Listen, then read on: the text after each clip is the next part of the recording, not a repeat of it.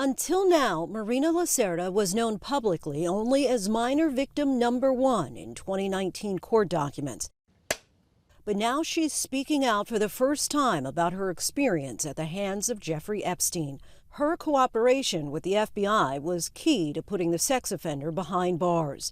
She says she was just 14 years old and living in a broken home in New York City when a friend brought her to meet Epstein to give him a massage. I think with Jeffrey Epstein, it starts somewhere, but then it ends with either you having sex with him, whether you like it or not. She became a part of a network of young girls in Astoria, Queens, recruited to be with Epstein, similar to what prosecutors say he did in Palm Beach, Florida. When he has somebody new in his life, he likes to see them a lot.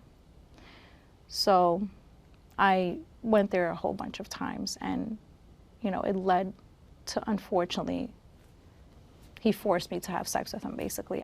Lacerda says she was paid thousands of dollars and that as a young immigrant from Brazil, she says she believed being associated with a financier could lead to better opportunities.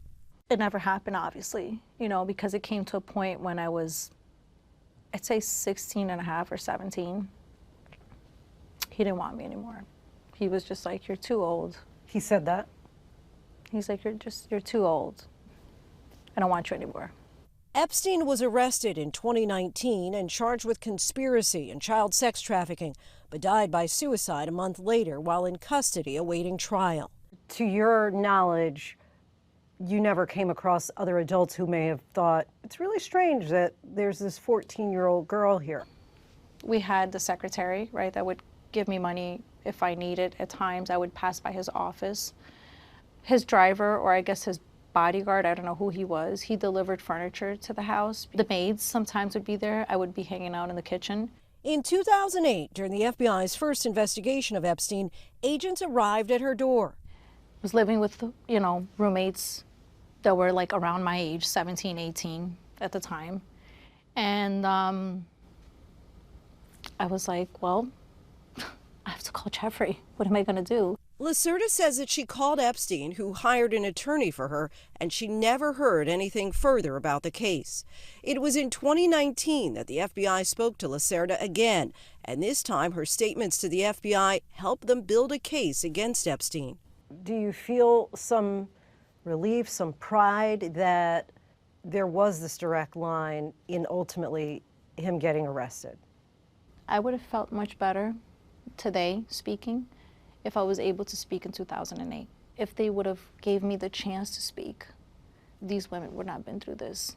Now a mother, Lacerda says in the days before traveling to Capitol Hill, she pushed herself to share her story with her own daughter, hoping to set an example for the next generation.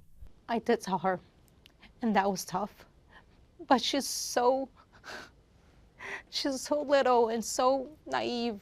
She's like, she's like, "Mom, you're such a badass." As the political debate over the release of more files related to Epstein rages on Capitol Hill, Lacerda is hoping transparency can help her remember the details she's forgotten and finally begin to recover from the trauma. What would you like Congress to do? I would like for them to give all the victims transparency to what happened and release these files. It's also not only for the victims, but for the American people.